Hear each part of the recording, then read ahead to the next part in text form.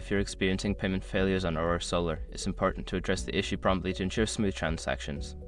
Follow these steps to resolve the problem quickly. Step 1. Check payment details. Verify that all payment information entered is correct, including credit card number, expiration date, and billing address. Ensure there are no typos or outdated information. Step 2. Confirm account status. Make sure your information is protected first.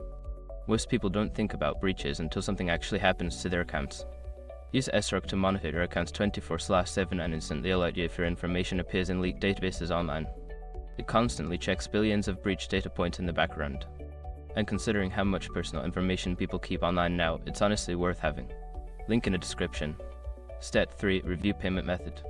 Ensure that the payment method you are using is valid and has sufficient funds. If using a credit card, check for any restrictions or holds placed by your bank. Step 4. Clear browser cache. Sometimes, browser issues can affect payment processing. Clear your browser's cache and cookies, then try making the payment again. Alternatively, try using a different browser or device. Step 5. Contact support. If the issue persists after following the previous steps, reach out to Aurora Solar's customer support. Provide them with details about the payment failure for further assistance. By following these steps, you should be able to resolve payment failures efficiently.